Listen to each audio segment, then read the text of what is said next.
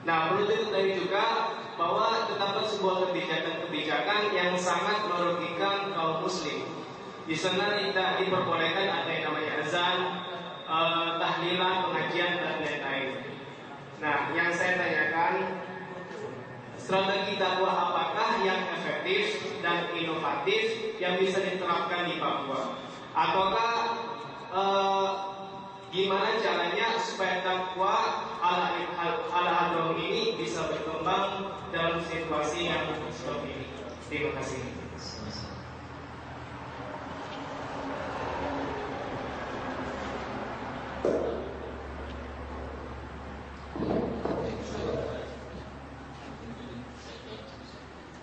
Dia mau jawab satu-satu. Mungkin sudah jelas pertanyaannya, dia lebih jelas menangkapnya dari saya. Langsung saja. Apa biarkan yang pertanyaan kedua. Mungkin ada yang mau bertanya lagi. Saya tunggu, nanti saya jawab. Karena kadang-kadang ada pertanyaan itu yang mutasyabihat. Jadi kadang-kadang cukup satu jawaban. Kalau nanti sudah dijawab, tadi sudah bisa pergi atau tidak. Jadi mungkin ada pertanyaan kedua atau pertanyaan ketiga. Pertanyaan kedua tadi sebagaimana yang sudah saya katakan, satu dari ini, pertanyaan kuliah, satu dari Mas. Silakan. Kalau mau ada yang berlaku, saya kira di kuliah juga ada. Ini ada.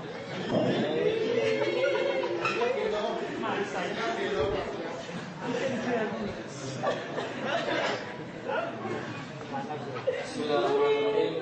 Nama saya Muhammad. Saya dari Sumbawa NTB. Namanya? Bakti Tamyiz. Dari NTB Sumbawa NTB.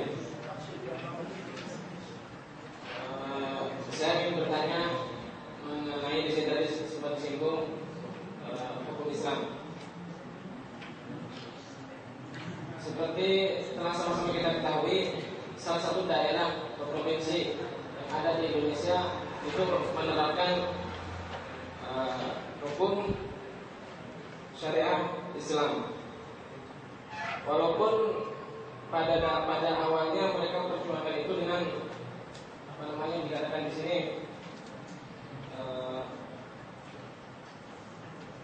dengan perjuangan yang sangat berat, bertahun-tahun bahkan berpuluh-puluh tahun. Bahkan mereka ingin memisahkan diri dari NKRI.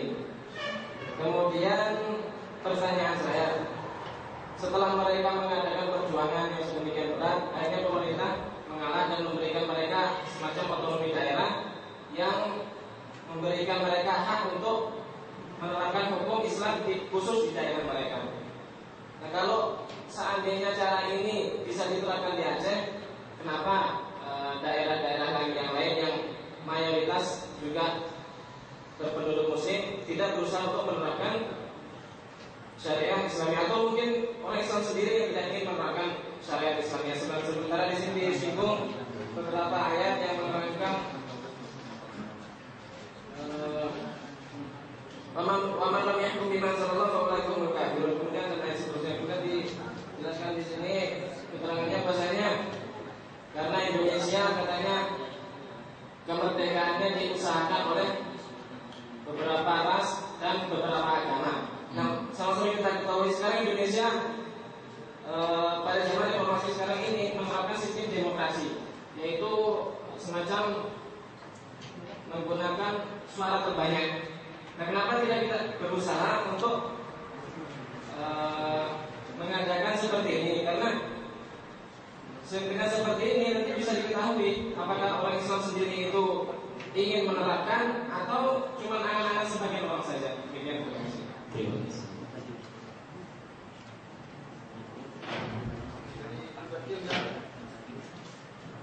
Yang tadi dibagi ada apa enggak ada? Kalau enggak ada kita langsung kasih yang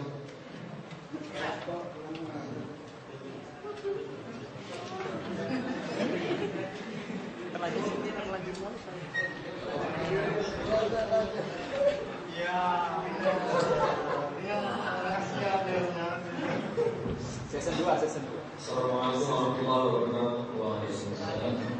Nama saya Muhammad Faruk dari Kota Malang Timur Indonesia. Muhammad Khairul Muhammad Khalil Marfi.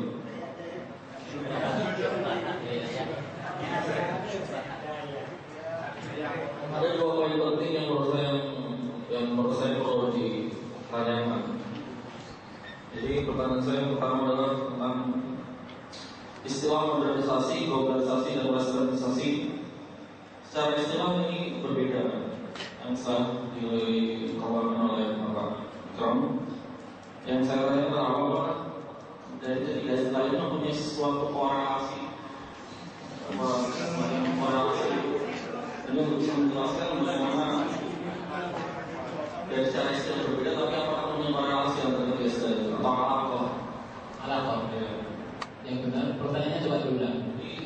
Tadi istilah modernisasi, ya, globalisasi dan westernisasi ini mempunyai istilah yang berbeda, tapi dari kaitannya dengan judul yang kita bahas sekarang itu apakah ketiga istilah ini mempunyai korelasi di dalam penerapan modernisasi dakwah agronomi dan modernisasi dakwah agronomi dan peradaban di Indonesia. Kemudian pertanyaan kedua adalah bagaimana bentuk konkret modernisasi dakwah agronomi, dengan memandang bahwa istilah modernisasi dan dakwah agronomi ini seakan-akan mempunyai suatu perbedaan. Karena dalam lihat poin penting tadi yang dikemukakan Bapak Ikram ada tentang metode dakwah agronomi dengan memandang modernisasi yang ada sekarang, dengan memandang modernisasi, apakah bagaimana bentuk sebenarnya bentuk modernisasi seperti apa gitu, modernisasi dakwah agronomi. Kan dakwah agronomi itu kan dari zaman dulu kan istilah yang dikemukakan Bapak Ikram tadi modernisasi kan semacam perbedaan dari zaman lalu sama agak sulit. Sudah saya kira 3 pertanyaan. Ya, sesi pertama ini 3 pertanyaan dan saya sebenarnya banyak sekali. Andaikan saya duduk di situ mungkin saya juga bertanya. Andaikan saya duduk di situ dan bertanya ya mungkin ini sharing saja gitu. Langsung saja kepada saudara kita Wahyu dari Al-Akhwat, dari Al-Akhwat, dan ahlan wa sahlan dari Jayapura Papua sampai ke sini. Dan kita berharap Wahyu ini, kalau namanya kan Jawa sih, Wahyu itu Jawa. Nanti kembali ke sana itu dengan membawa misi yang baik.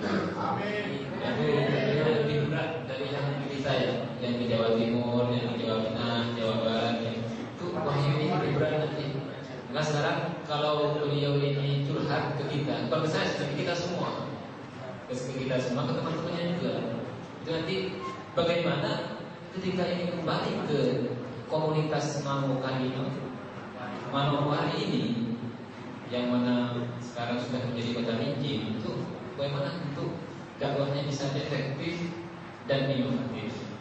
Nah saya sendiri melihat dalam masalah ini sebagaimana yang saya sampaikan tadi, antum pertama kali yang harus dilakukan sebagaimana yang disampaikan oleh Al-Ustaz Syekh Sahin tadi, pertama itu perbaiki niat antum, niat untuk dakwah lillahi ta'ala, untuk memperjuangkan agama ini, mengikuti apa yang telah dilakukan oleh para dai-dai yang ada. Ini pertama kali niat dulu. Nah, ketika niat itu sudah tertancap di hati antum, ketika melangkah setelah niat itu sudah berpahala. Mereka mati pun disebut syahid. Nah, setelah niat itu jangan terburu-buru langsung ingin menjadi yang ingin didengarkan, jangan. Wah, saya ini sudah sepatutnya didengarin oleh orang-orang bodoh di sini. Jangan gitu. Jadi jangan sampai ketika kembali ke sana kita merasa paling jangan. Walaupun kadang-kadang perasaan ini ada di hati kita, di hati manusia. Karena itu dengan sendirinya ketika kita merasa di depan orang, apalagi belajar kita, apalagi di dalam sholat, kita merasa kita lebih baik seperti itu. Tapi masalah ini jangan sampai kemudian berlanjut yang menjadikan penyakit untuk tidak suksesnya dakwah Anda. Nah, setelah seperti ini ya, baru kemudian antum mempelajari objek. Yang kedua, mempelajari objek maksudnya antum berada di mana. Kalau berada di tengah-tengah pejabat yang mereka mudah kekuasaan di Manokwari, antum itu dakwahnya dengan bil maqal dulu. Karena berbicara kepada seorang pejabat, seorang penguasa itu berbeda dengan berbicara kepada orang awam. Berbicara dengan ulama tentunya berbeda dengan berbicara mereka yang pemikirannya pemikiran Arab dan sebagainya, beda. Nah, ketika antum ini belajar satu persatu. Karena ketika kita langsung mengatakan sesuatu dan kita tidak tahu berada di mana kita, itu biasanya nanti kita diketahui dan kita tidak mendapatkan hasil dari keadaan tersebut. Jadi antum diam di situ dulu sebulan, ya, 2 bulan sampai 5 bulan. Tapi dengan syarat antum tidak keluar dari prinsip-prinsip yang ada yang pernah dipelajari dalam berdakwah. Iman untuk sholat, ngaji, sebisanya yang ada di samping antum dipelajari dulu, tetap seperti itu. Mohon kepada Allah di siang malam, bagaimana saja Allah, semoga orang-orang ini bisa jalan dan sebagainya.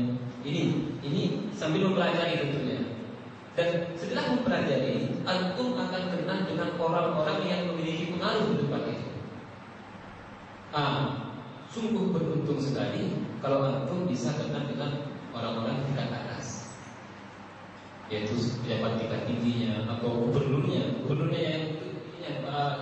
yang sedang berpesta. Kristen, ya, mungkin dengan anak gubernurnya dulu atau anak gubernurnya dengan anak perempuan atau nikahi kemudian dikasih masuk Islam.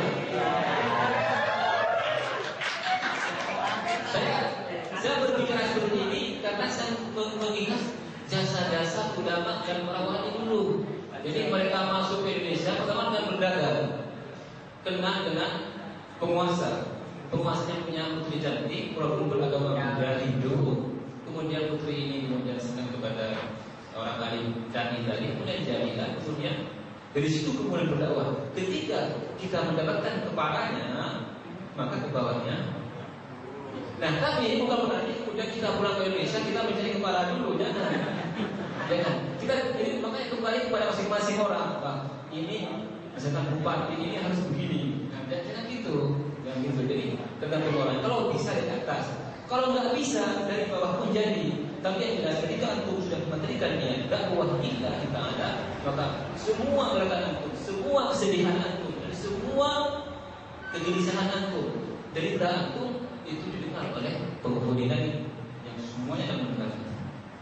Jadi Allah tahu. Yang kedua, kemudian setelah mempelajari objek yang ada, baru antum bergerak sedikit. Ini dakwah bilhad namanya, bergerak, diajak untuk ini, lihat dulu yang sholat berapa orang.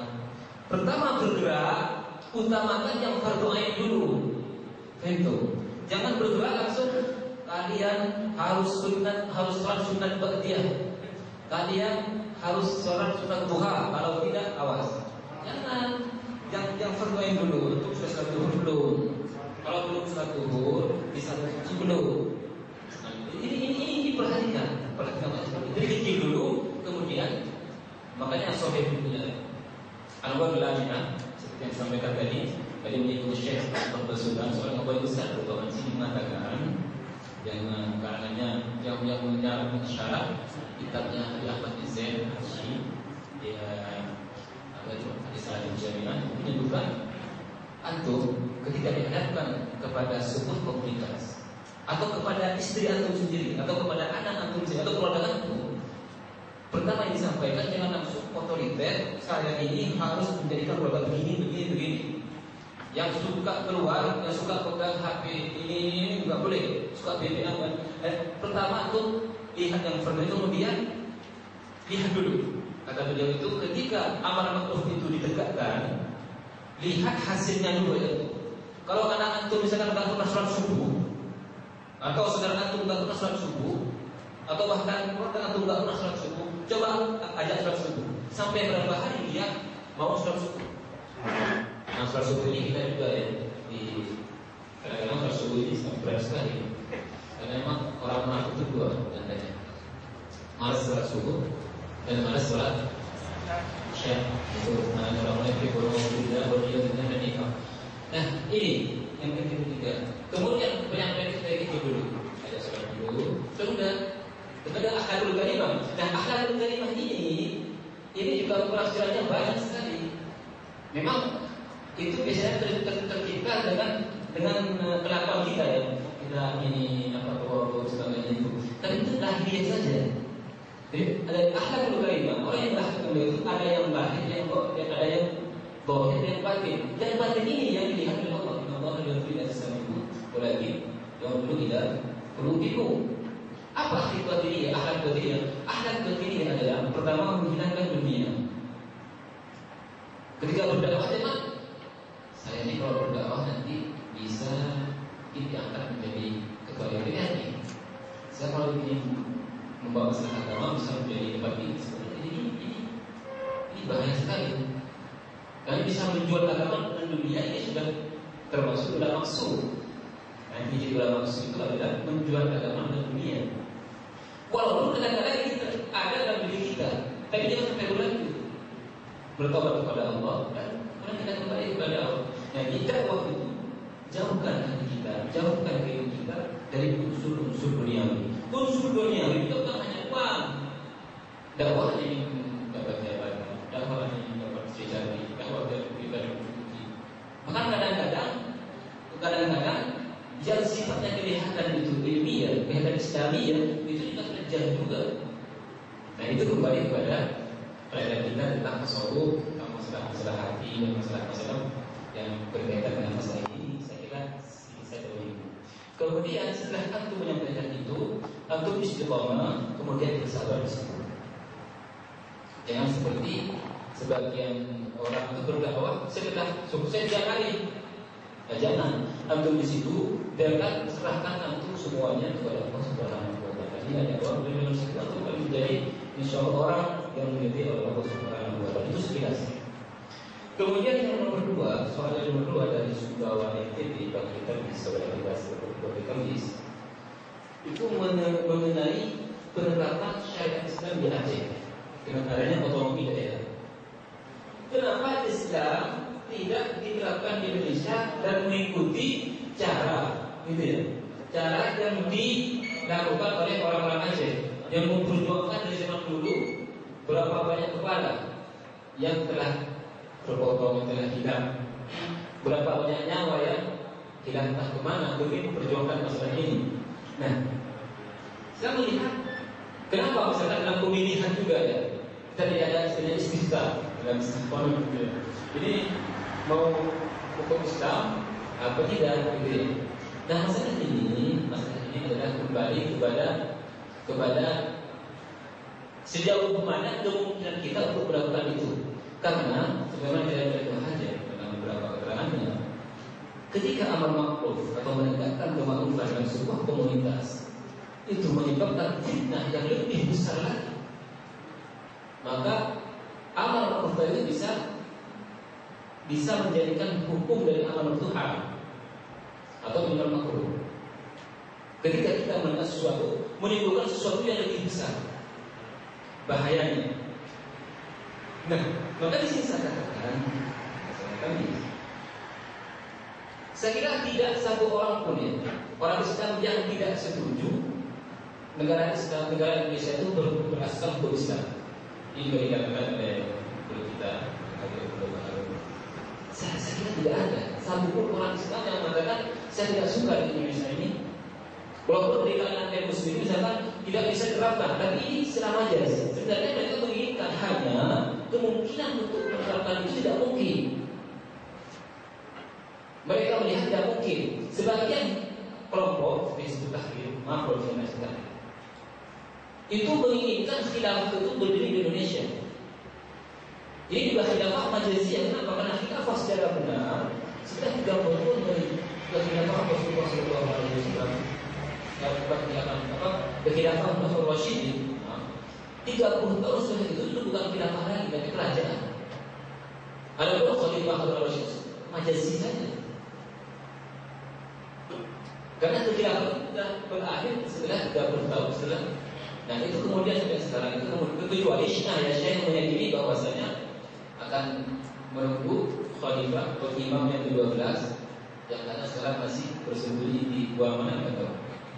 Saya belum tahu sumbernya, tapi saya pernah dari beberapa tulisan memang seperti itu katanya masih menunggu imam yang ke-12. Ada yang dari Ibn Asy'ariyah, ada Ismailiyah, ada Jafar dan ada Syiah.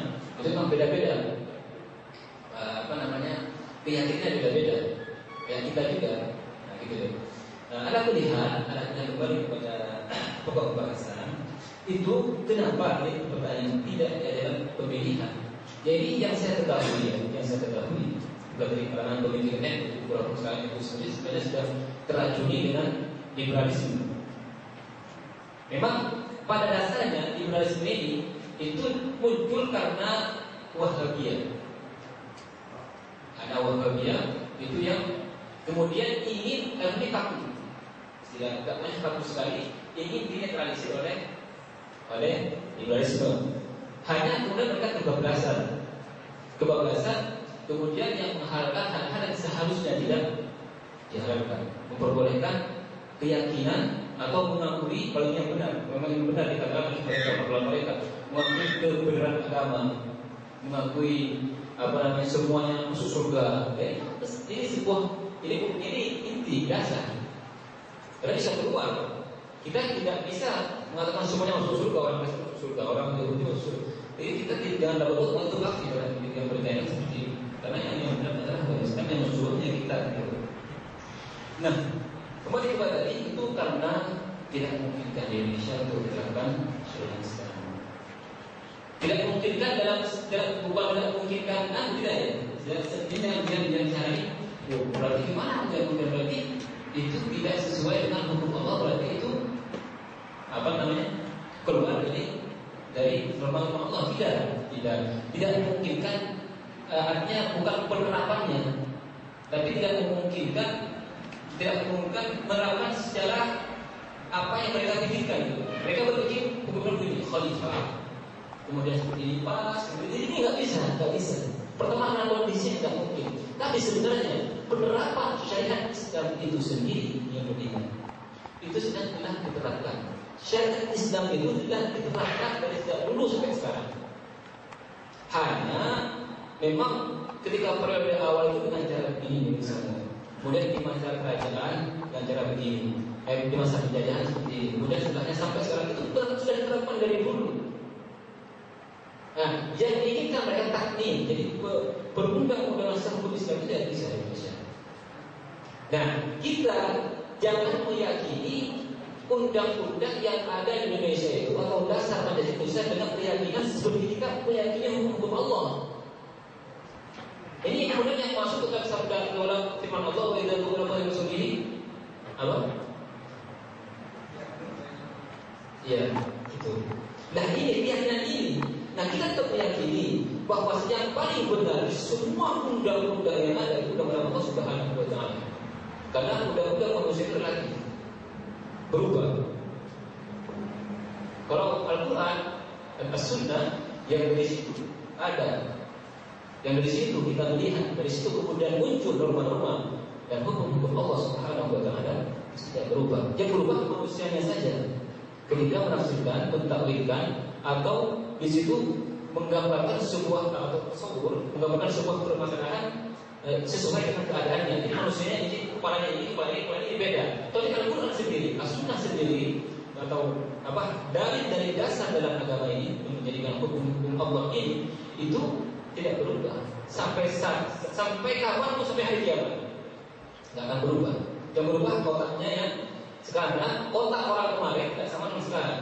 Kita sekarang pun tidak akan sama pemikiran kita dan otak kita dengan 30 tahun atau 10 atau 100 tahun yang akan datang. Tidak akan mungkin. Dan dengan begitu kemudian timbul juga dari perubahan dalam beberapa sisi, dari segi metode, dari segi yaitu kembali kepada motivasi kita itu. Karena kadang-kadang perubahan yang ada itu juga menyebabkan perubahan orang itu berpikir. Jadi itu ini ada seperti. Tapi kalau tadi ketika tidak menerapkan syariat Islam di Aceh, itu kita tidak menerapkan syariat Islam, kita menerapkan syariat Islam dulu sampai sekarang. Kita sholat, karena hukum di Indonesia sendiri sekarang ini yang sesuai dengan hukum Islam itu hanya hukum ahwal syakhsiyah. Ini setelah kita teliti, kita lihat perundang-undangan dari hukum yang ada di Indonesia itu yang sesuai dengan hukum Islam itu akhwal syahsiyah saja. Tahu akhwal syahsiyah? Akhwal syahsiyah ini perundang-undangan dalam nikah, dalam usrah, dalam keluarga, dalam waris, dalam agama. Dan kemudian dalam masalah-masalah lain itu dibedakan. Ada pengadilan agama, ada pengadilan yang lain. Pengadilan agama ini yang berpacu kepada hukum Islam. Dan ini kita perjuangkan. Semoga nanti kemudian merembak kepada. Dan saya kira semua umat Islam tak sebetulnya tidak menginginkan bahwasanya negara kita itu berlandaskan hukum Islam. Tidak ada yang tidak. Semua Islam. Hanya nampaknya kadang-kadang menyebabkan hal-hal yang tidak kita inginkan. Ini yang dibawakan. Kemudian yang ketiga, dipersingkatnya, modernisasi, globalisasi dan westernizasi itu saya katakan tadi korelasi.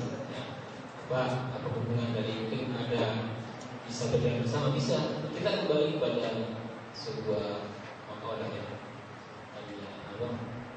menjaga tradisi-tradisi yang lama, mengambil tradisi yang baru yang baik,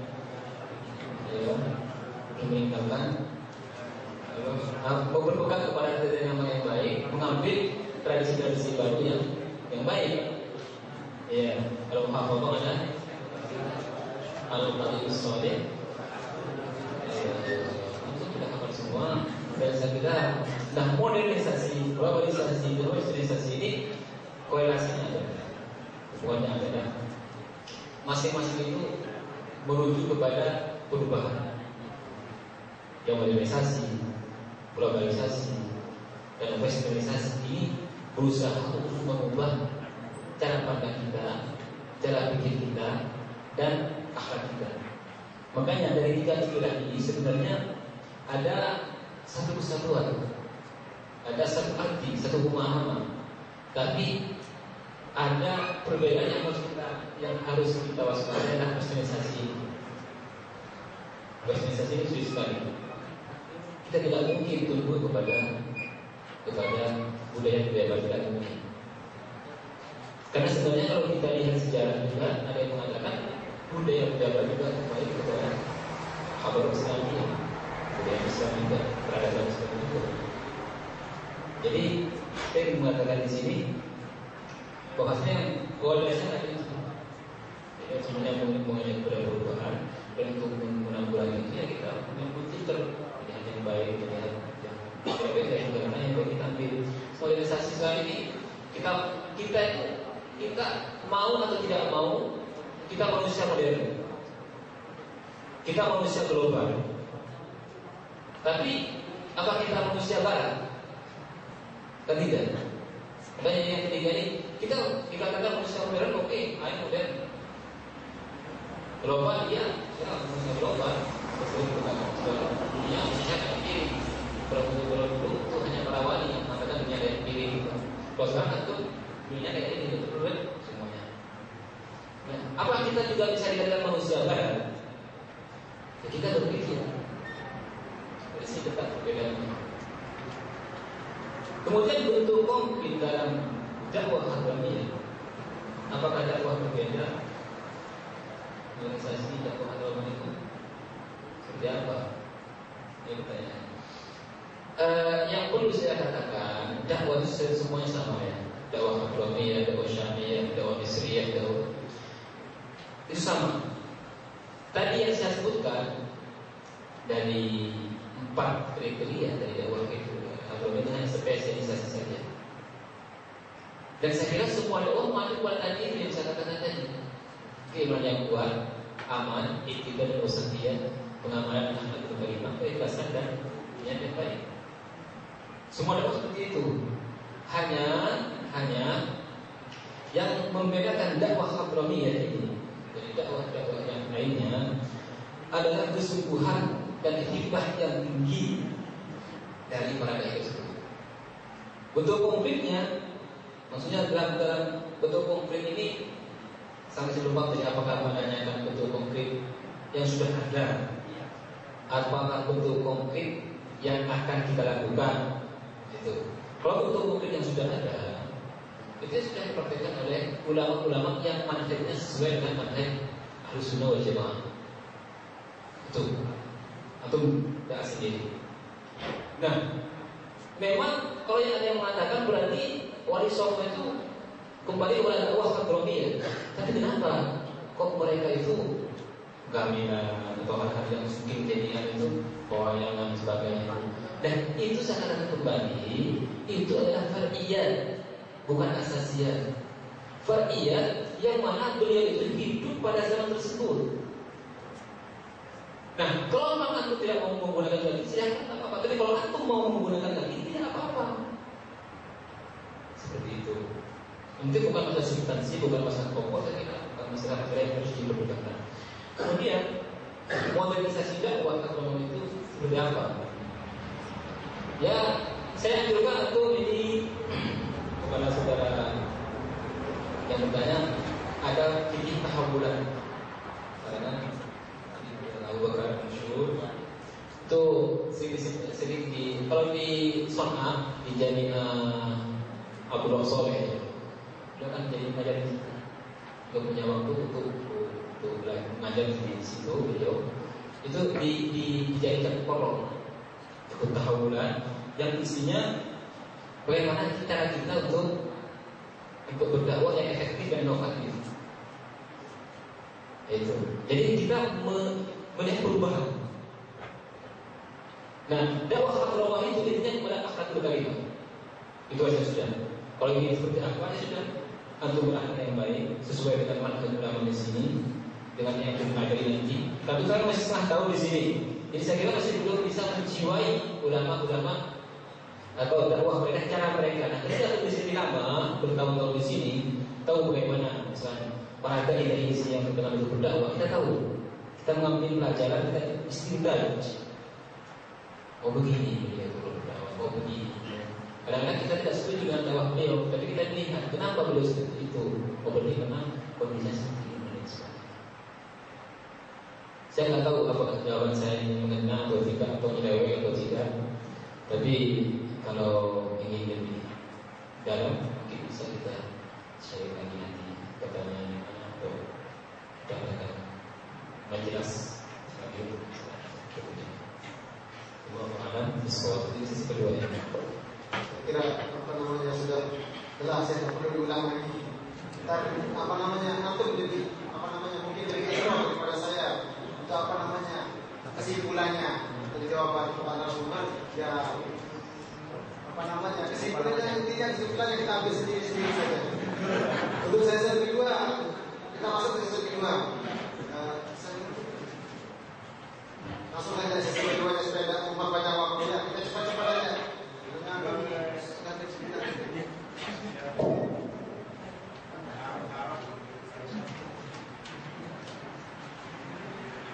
Maksud saja, nama saya Muhammad Imam Rahmatullah dari Rembang, tapi turunan Madura.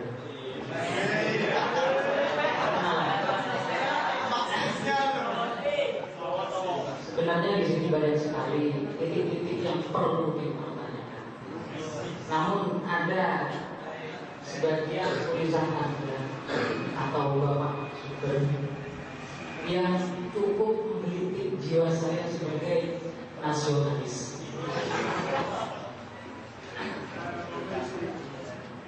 Di sini ada Bapak narasumber menyatakan bahwasanya Pancasila bukan dasar yang wajib diyakini.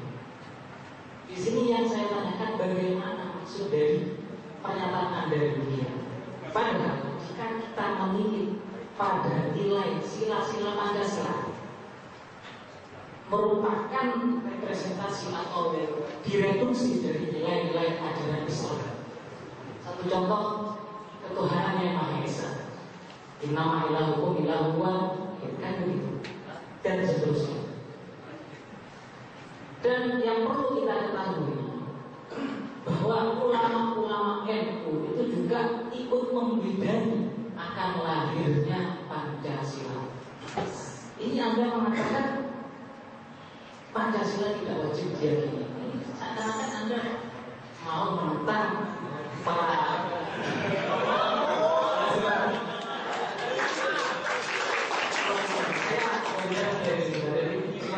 saya masih tahu. Terus dari tulisan Anda itu pertanyaan yang pertama. Terus dari tulisan Anda juga pernyataan Anda tadi yang diuraikan. Anda menyatakan seakan-akan Anda mengatakan jika hukum-hukum di Indonesia itu tidak wajib dipatuhi. Seakan-akan Anda memberikan paradigma demikian kepada kami mahasiswa di ini. Padahal tentu kita tahu ada sebuah ayat yang mengatakan Allah wa Rasul ulil amri minkum. Nah, ini bagaimana? Seakan-akan kontradiksi. Itu saja yang saya tanyakan. Mohon penjelasan yang sejelas-jelasnya. Terima kasih. Wassalamualaikum warahmatullahi wabarakatuh. Langsung saja.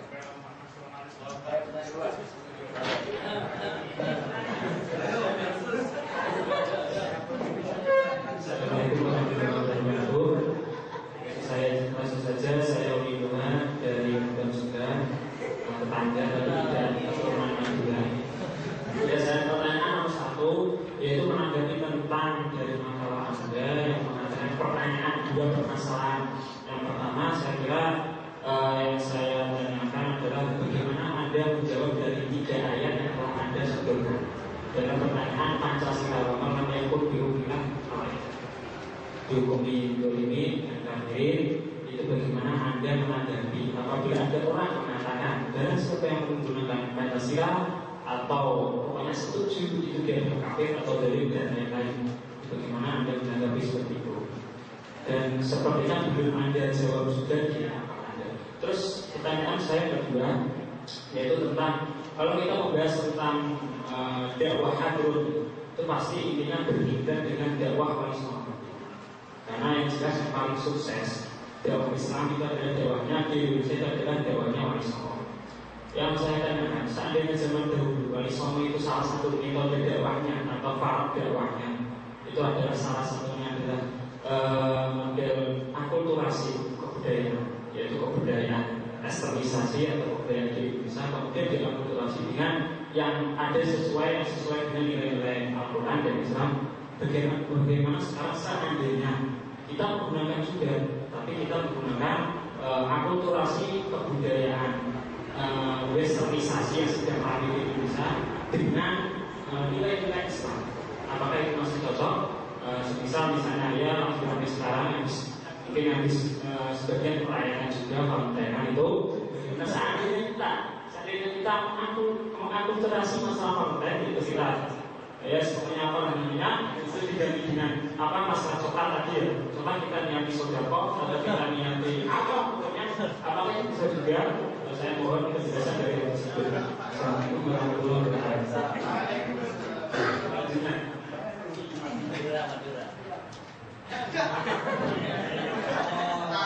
Assalamualaikum warahmatullahi wabarakatuh. Perkenalkan, saya Muhammad Fadl dari Sanfan Bulan.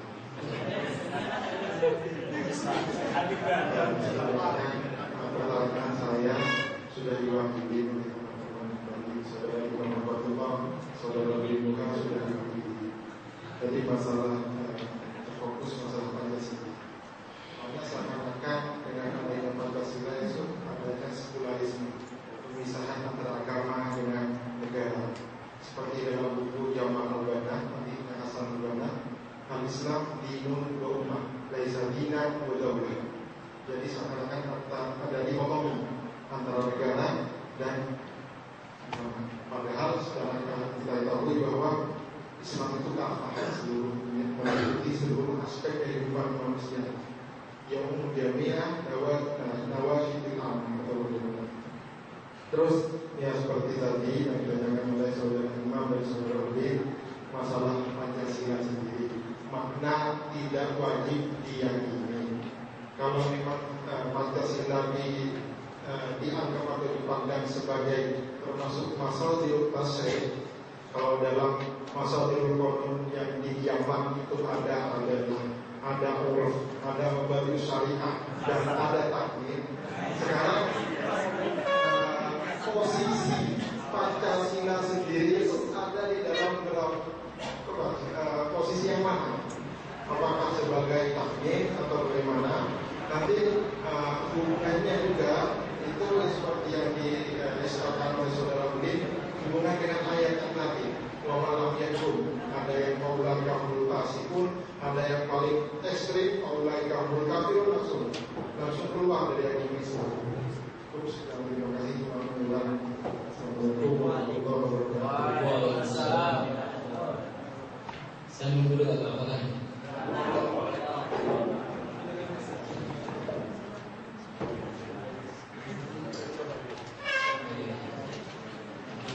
Bismillahirrahmanirrahim. Langsung jawab ya. Bismillahirrahmanirrahim. Ini pertanyaan yang menggelitik. Yang pertama adalah dari saudara kita Muhammad Imam Rahmatullah. Terima kasih atas pertanyaannya, dan juga saya juga merasa bangga atas kenasionalisme. Ada pertanyaan berpikir nasionalis.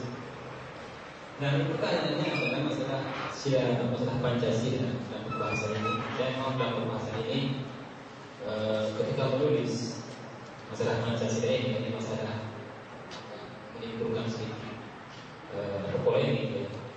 Yang pertama saya membaca beberapa tulisan dari rekan-rekan, baik dari pelajar-pelajar Mesir, terus kemudian pelajar-pelajar dari Saudi yang berbeda dengan pola pandangnya. Kemudian tulisan-tulisan rekan-rekan lainnya di Indonesia dari berbagai golongan tentunya. Kemudian dari ulama-ulama Nahdlatul Ulama sendiri yang memang menjadi masalah ini. Kemudian dari daun-daun dari tutur kata, dari ceramah-ceramah yang pernah saya dengarkan baik di Indonesia maupun di luar Indonesia. Ini mengenai Pancasila itu memang masalah yang pernah muncul. Ada dua kubu, ada dua kelompok yang terlibat dengan pandangan berbeda. Secara umum pandangan ini ada banyak sih pandangan itu, cuma ada dua sebenarnya. Pertama, sebenarnya Pancasila itu tidak kontradiksi dengan hukum Islam atau dengan hal-hal yang harus diyakini. Karena sila pertama menunjukkan ketuhanan yang Maha Esa, dan itu menunjukkan adalah tauhid, kalimat tauhid yang hanya dimiliki oleh umat Islam. Kemudian yang membidani, sebagaimana yang dikatakan oleh saudara Imam tadi, itu adalah ulama-ulama yang memang mengambil mereka itu sunnah wal jamaah. Ulama, walaupun tidak kesemuanya, tapi mayoritas ulama sunnah wal jamaah. Baik itu ataupun yang bukan dari golongan dua, pun di situ ada juga yang bukan Islam yang membidani masalah Pancasila ini. Kemudian tadi pertanyaannya, apakah maksud dari tulisan saya mengenai Pancasila tadi dari tutur kata saya? Apakah dengan mengatakan di sini bahwasanya Pancasila tidak wajib diyakini, itu kemudian kita menentang ulama-ulama itu? Dan saya kira ini tidak, saya tidak akan pernah menentang mereka, karena ulama-ulama itu juga betul-betul kita, dan ada di atas kepala kita semuanya. Nah, kita dalam beberapa masalah itu memang harus memiliki acuan.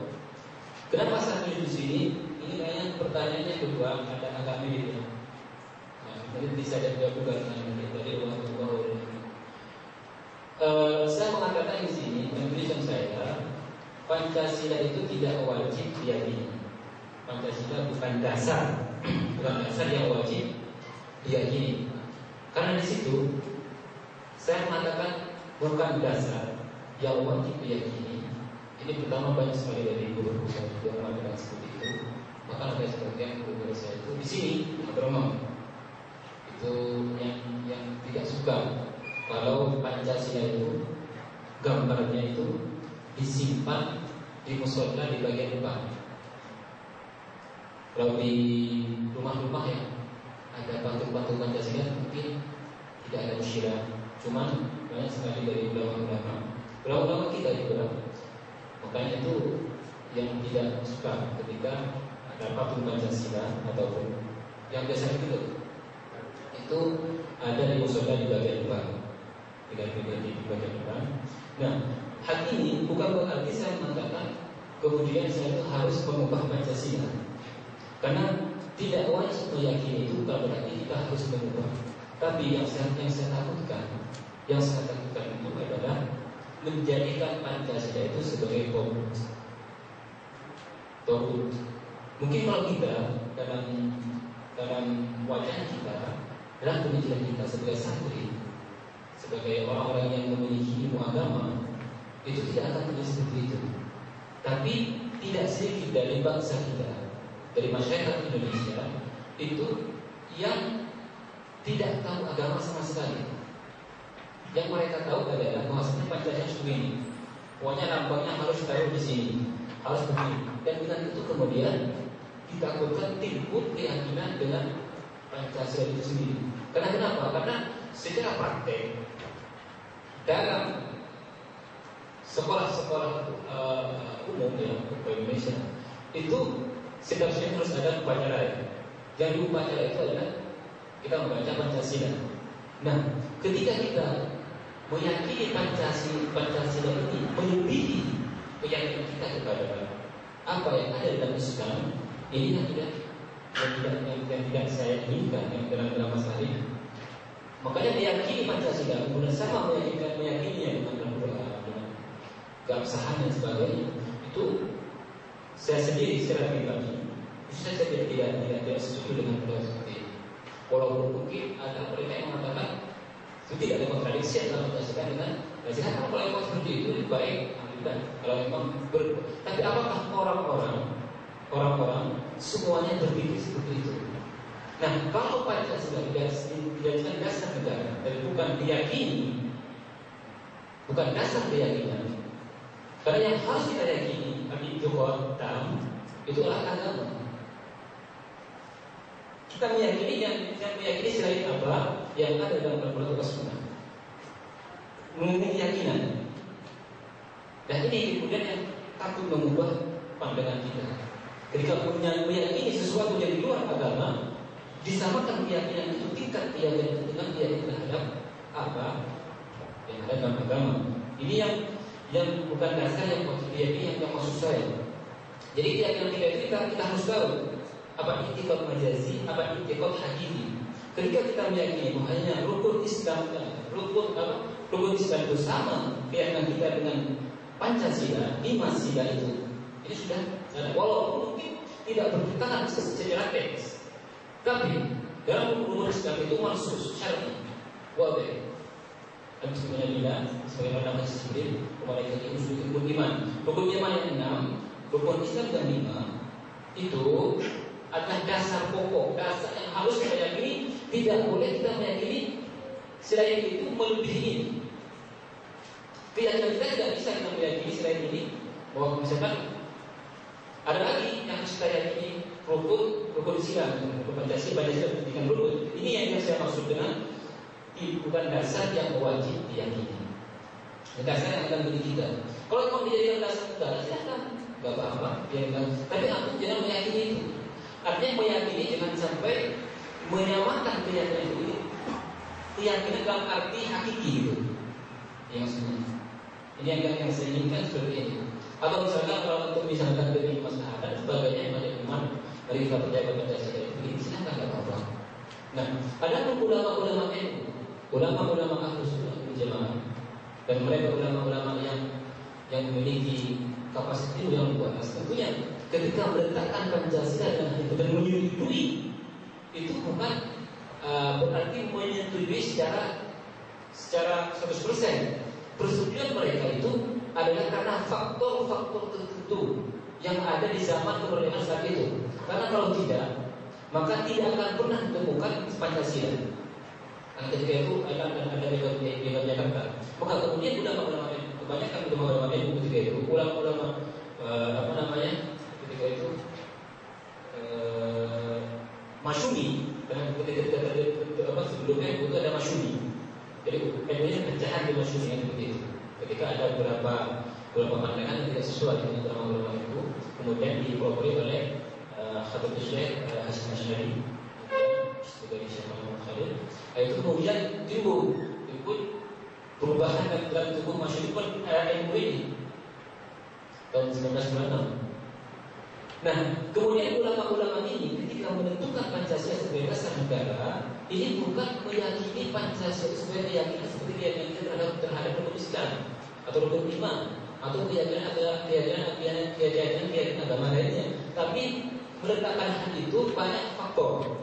Karena untuk melihat masyarakat ketika itu, bahkan ini yang dijadikan rujukan itu orang Islam dalam sejarahnya itu ada orang Kristen juga. Ketika itu satu orang program dua di Manado itu bersama presiden. Kemudian yang kedua adalah tadi kurang paham masalah Malam bukan pertanyaan yang saudara Imam yang kedua adalah berkaitan dengan wa'alaikumsalam warahmatullahi.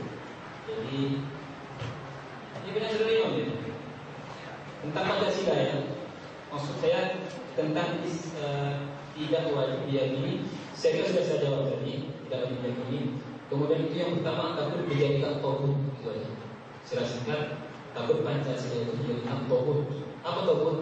Tauhid itu ma'bud goibah. Kalau kita suka sampai 100%, suka wayang, atau suka sampai seperti itu. Kesukaan kita itu kemana? Kesukaan kita kepada Allah, kepada Rasulullah, kepada. Nah, ketika kita suka sesuatu melebihi hal ini bisa dijadikan dengan bisa dikatakan tauhid. Kita suka main badminton, suka main bola sampai lupa sembahyang, sampai lupa ngaji, sampai lupa fardu ain, berarti hal itu dikatakan tauhid, ma'bud goibah. Jadi kita menyampaikan keyakinan kita kepada agama karena beragama masalah. Kemudian tadi masalah ada ulil amr. Ulil amr itu ini pembahasan mustaqil sebenarnya. Kalau membahas masalah ulil amr, karena ini ada Hizbut Tahrir itu meyakini khilafah. Kemudian ada ulil amr juga, itu apakah Indonesia itu presiden atau sekarang ada itu bisa dengan ulil amr? Apakah ulul amr itu cakupannya juga termasuk ke daerah-daerah? Kemudian penerapan hukum Islam itu kan harus ada hubungannya dengan ulul amr, dengan dalam masalah hak, dalam masalah hak yang menurut hukum Islam. Nah, ini ketaatan terhadap ulul amr itu masalah yang ada banyak perbedaan pendapat tentang ulul amr itu sendiri dan sebagainya. Tapi kalau di Indonesia itu bisa dikatakan ulul amr. Ulul amr yang kita wajib taati, Tapi apakah mentaati ulul amr itu kemudian kita mentaati secara umum atau mentaati seperti kita mentaati Allah, hukum Allah? Tidak tentunya. Itu ada perintah untuk mentaati ulul amr, pemerintah.